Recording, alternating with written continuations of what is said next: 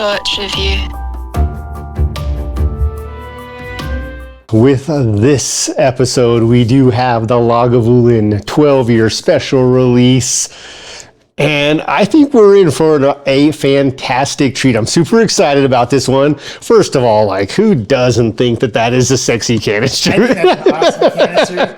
And being that I'm a Leo, I love that line right there. I really do. It is kick-ass. It is. The year this one came out, this was by far my favorite canister this year. The 2022 was a tough call. But with this one, I think we're in for a pretty smoky treat. I hope so. I really do. All right. So with the 2021 special release, couple basics about Lagavulin. Founded in 1816 by John Johnson and Archibald Campbell, and they originally did 2 distilleries when they founded their establishment way back when, centuries ago, and then one took over the other. Now, they never said who it was that took over the other. There's a lot of cloudiness around which one was the victor, but within some of its history, Lagavulin at one point was leasing Laphroaig's distillery, trying to copy their flavor. I wonder if they would be trying to do the same thing today. Laphroaig's a great Scotch, but I think it's this no one, yeah, it's no lager. So the Lagavulin 12-year, 56.5% ABV. So these special release scotches are done at cask strength. So it'll kill some of those germs. If you have a cold, this might be the perfect nightcap. Every one of our distilleries that has become some of our favorites has their own sacred water source, or at least very special water source. The Salem Lochs is where Lagavulin gets their water from. And it's known for its production and use of a very slow distillation process, probably to get some of that peaty, smoky flavor going. And it's pear-shaped pot stills with its 2 rinse and its 2 wash stills, a capacity each of about 12,500 liters, so right around 25,000 liters combined. Nice. Man, I'm excited. It's a little bit weird.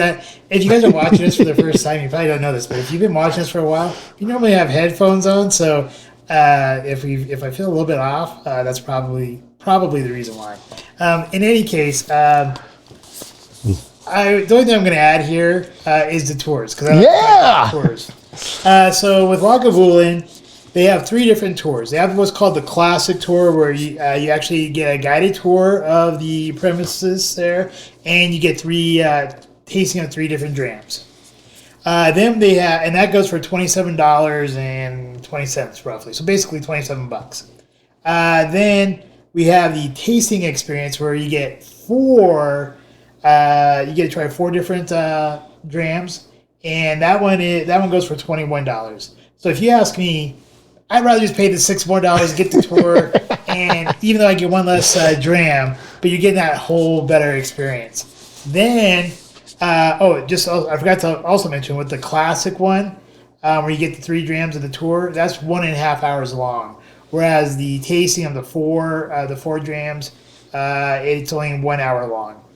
Then they have the warehouse cask experience, where you get to do a cask tasting. That's only 1 hour long. And honestly, I think out of all the descriptions here, this is the one I would probably recommend for everyone to go do if you get a chance to go do it. This one here is approximately $47. And obviously, that can fluctuate with exchange rates and stuff like that. But I think that one probably sounds the best. But definitely, if you find yourself out there in Isla, I would definitely go take a tour of Lagavulin.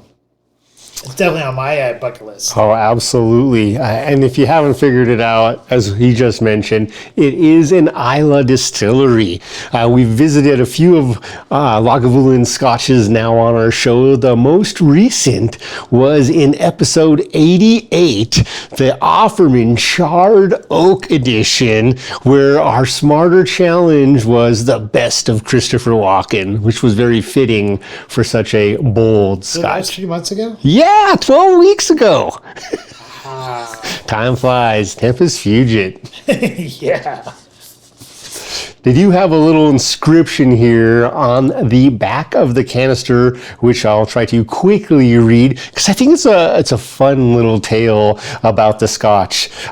So this year's, the 2021 was called or is called the Lion's Fire. And as our fable goes, the King of Islay, seen upon the crest of Lagavulin, was no ordinary feline, but a lion rampant who prowled the grounds of an Islay castle. A fresh victor, intense in power and pride. This brooding and battle-worn beast won its crown through flame and ferocity and came to represent one of Scotland's most fiery distilleries, Lagavulin.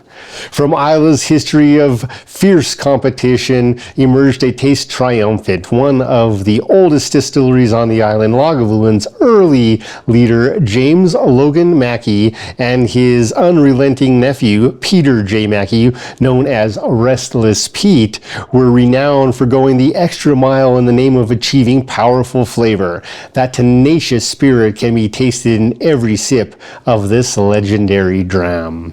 Deceptive with its inviting golden hue, a first taste, this rare beast growls gently, teasing with lemon, salty sweetness, and roasted tea. Intense blackened wood stalks the palate before a long, rich, and drying finish, roaring with chili pepper and great waves of smoke. A classic Lagavulin 12, striking in every way, the King of Islay in his prime. Drugs bad, okay? Sorry, you heard Mackey or his name? All I could think of was Mr. Mackey from South Park. Oh my God. Bad, okay?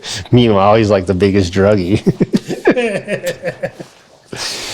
All right, well, should we proceed? Yes. Without further ado, we're not going to keep ourselves waiting. We're not worried about anyone else at this moment.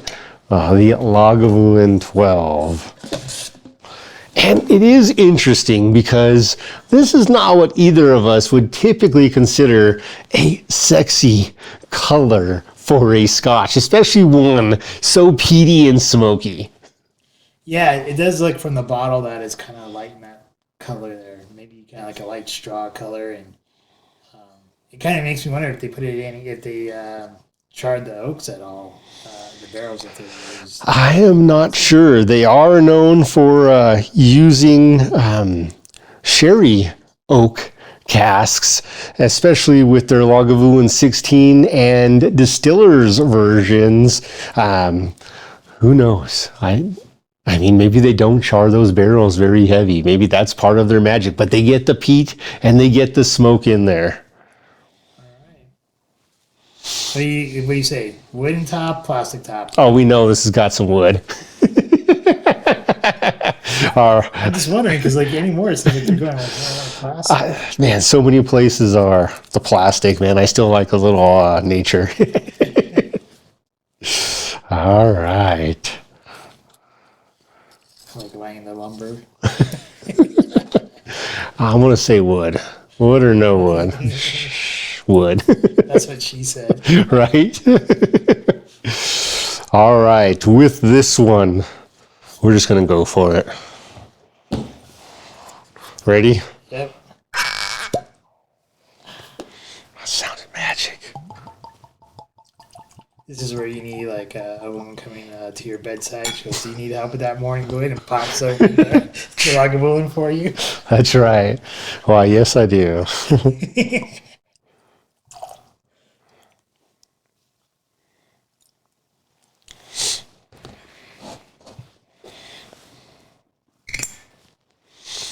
All right, time for our warp speed and cheers. Cheers.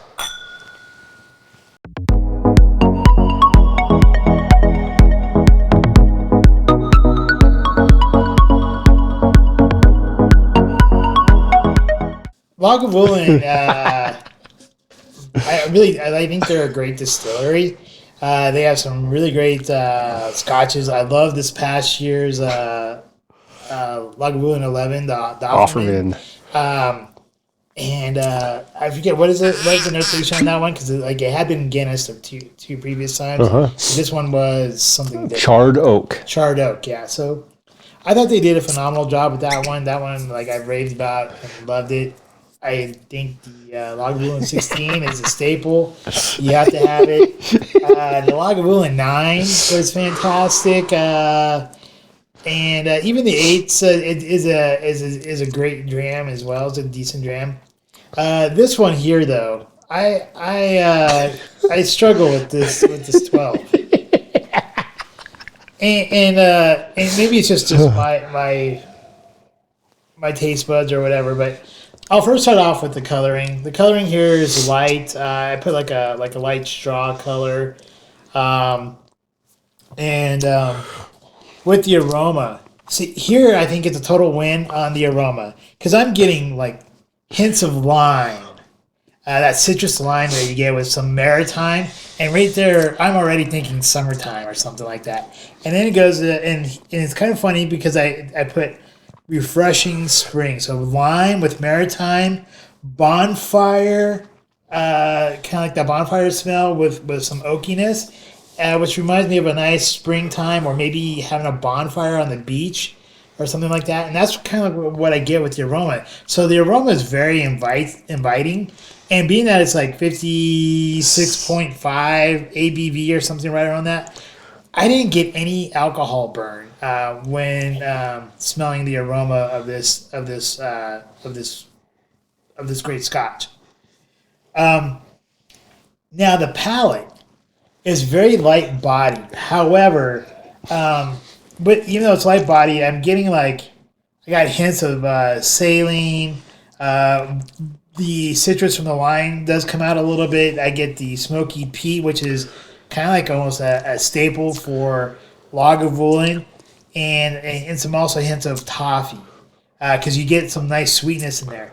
Now, when it comes to the finish, and this is what I said, I put it hits me with black pepper. That subsides going into the smoky oak that you typically would get from a Lagavulin.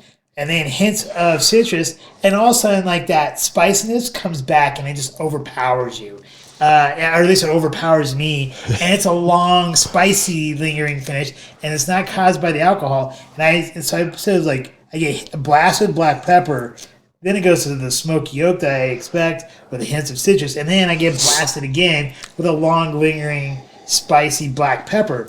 But as we were talking, you said that there's notes in there saying that they use cayenne pepper or something like that? There's tasting notes from Master of Malts, I believe it was, that mention chili pepper, and it's also on the canister. Yeah, so if it has chili pepper in it or whatever, maybe that's the spiciness I get, and I honestly do not like that because, first of all, I'm not a person, like, it's usually when it comes to spices, I can't do too much above Tabasco sauce. Occasionally I'll venture out and I'll try it now, and then I instantly get reminded why I am not a huge spice fan. So starting with this episode, we have started a new ranking or point system. And this was a suggestion that came from somebody who said that they like what we do, but they wanted us to do a point system. So just to kind of basically give you our point system. We have a point system that goes up 5 points for presentation.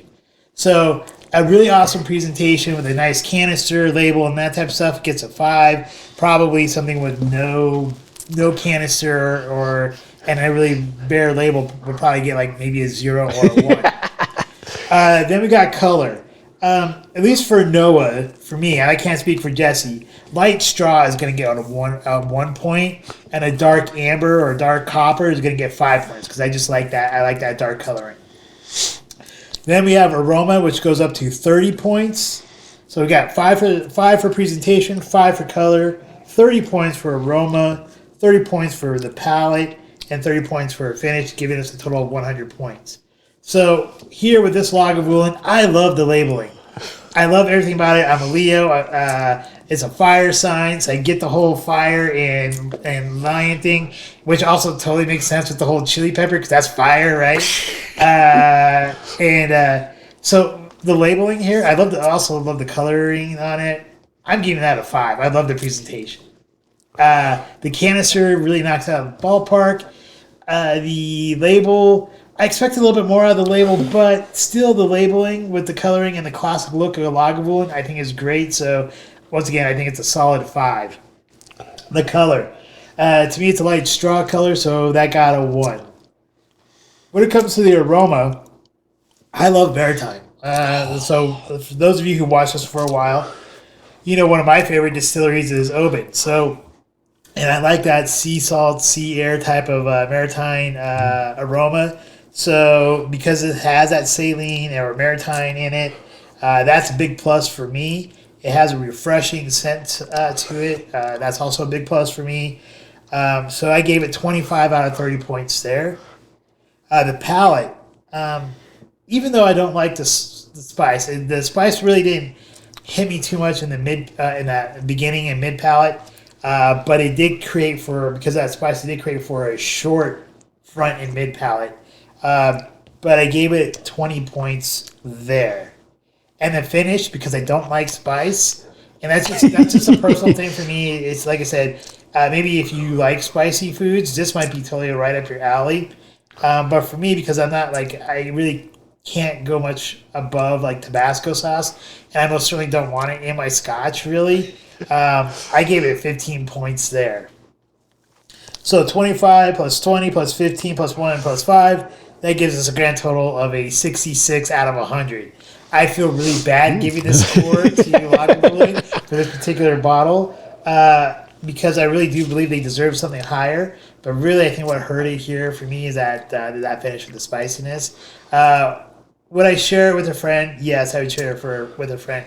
Would I take it to a poker night? Yeah, I would take it to a poker night. And would I take it to a black tie affair? Yes, I think it's something that you could take to black tie affair or an elegant outing, because I think the labeling and the presentation of it would make for a great talking points and stuff like that. So even though I gave it a 66, I do believe that that's a low score for this Lagavulin. And really, I think it's just probably because the spice that really kind of turned me off. But overall, I think it's a great. I still think it's a great bottle, and I think many people, especially if you like spicy foods, would really love this bottle. All right, well, you and I definitely, as we have known, see things a little bit different for our personal Scotch taste. So, going through some of the basics first. Color, absolutely, you nailed it. This is a super, and I mean super pale straw color. I'm kind of surprised though you didn't like the Gothic attribute. But no, really, it is this very, very surprisingly to me for a Lagavulin, typically not very dark in color, but it is a surprise to me that it is quite this pale for something that has so much body. On the nose, this is absolutely where this Scotch wins for me. The nose is fantastic. It is clean. The first time I smelled it, the first thing I thought was Oban, because it's got that clean maritime sea air smell that just clears your sinuses. And then I go to, and this is why I thought you were making tea earlier, I get dry tea out of it in the nose. I get dried tea and then cocoa and lemon zest. Final little lingering piece there is that bonfire smell. So for me, it is a very almost sharp in layers, clean, crisp maritime smell. And I do, when I smell the cocoa, I love it. Now, the palate is quite different than the nose. So for me, the palate is, unlike yourself, for me, the palate is super smooth and sweet.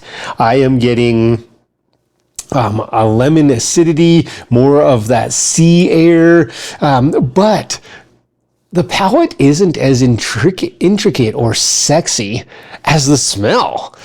So it does leave me wanting a little bit as far as all those flavors I smelled, all those different pieces. I don't get those on the palate, and it's a little of a put off. On the flip side, the finish, man, is damn bold. It is a great finish. It is long. There are waves of smoke, and it took me for a while to figure out what it was. But as it mentions on the back of the canister there, that chili pepper flavor also comes in waves, and it's kind of like it's there, and then there's some smoke and peat, and then it's there, and then it's some smoke and peat. Oh, man. I mean, if I was going to look at this Scotch and define it as something, I'm calling it a blonde siren. It is a mermaid that's going to sing you the song that'll put you to your death. 56.5% ABV. I actually really enjoy the pepper at the end, but I will say it was a surprise. It was not at all what I expected from a high end, at least a higher dollar Lagavulin Scotch. So with that, for me, presentation absolutely 5. Nailed it. Lagavulin, you did a great job. The color, so I'm not as particular. I will say for me, there are those pieces of the dark amber, the copper and the brass that are sultry that I absolutely seek out, but I don't mind the blonde either. And it gets a 3 in the color scale for me because it's nothing that is a standout, but it doesn't put me off at all. It's just it's kind of just there. But I do like. I think it's amazing how pale it really is. On the nose, man, this is where, again, there aren't many Scotches that we've tried in our 100 plus at this point where a nose is this impressive. For a nose, this nailed it for me. And I'm giving it a 30. For the palate, man, the palate, again, was a little bit of the disappoint. And for me, it's only getting a 25. And that's the same with the finish, is that it just wasn't fantastic. I was hoping to be trying a Scotch where we were going to be rating it and giving it some phenomenal score. So my score is definitely higher than yours for this particular variation. I'm getting an 88 total point scale for this one, but I was really, really hoping for like a 92 plus. Now, one thing to consider with our point scales, and why we started doing this and why we really appreciated that feedback, is because we know we have different tastes, and some of you may side with one of us more than the other. This will give you those opportunities as you test and sample Scotches to see, as we continue to test and taste these Scotches, if one of us rates it higher, then you may be more inclined to say, yeah, that's Noah's taste, that's my taste, I'm going after that one. That other one, Jesse, he recommended the Lagavulin 12. Hell no. So whatever it may be, I do enjoy it though. So 88, which, you know, this is a new point scale. I might be very giving at this point. It might be a little bit lower than that. It'll be interesting to see, and maybe something we try to revisit down the road in the future. But an 88 for this one, would I share it with some friends? Yes, but it's interesting because it, for me, is a very easy drink, but it's not as fun as a regular Lagavulin 16. It's not as fun as an Oban 14 or an Oban 18 or Little Bay Oban. There are a lot of other Scotches out there that are just more fun, especially for the money. And the one hands down would be 12 weeks ago, Offerman Charred Oak. I would take that any day over this. I am super glad I tried this. I am super glad it's something that I got an opportunity to enjoy, and I do enjoy it. It's not as sexy as some of those other ones. But man, it's hot. It's Valentine's hot. It's got the cinnamon in there like your love oils. With that, would I take it to a formal event? Yes, but again, man, I think there's some other ones that are more of my namesake. But yes, to a poker night. Yes, to friends. The only thing that would stop me from taking it to any of those places is the price point. We hope you enjoyed this evening's episode of Scotch Hour. If you did, please like, share, and subscribe. Also, if you have not done so already, please become a patron member, with memberships starting as low as $1 a month. Thank you, and hopefully you have a wonderful evening.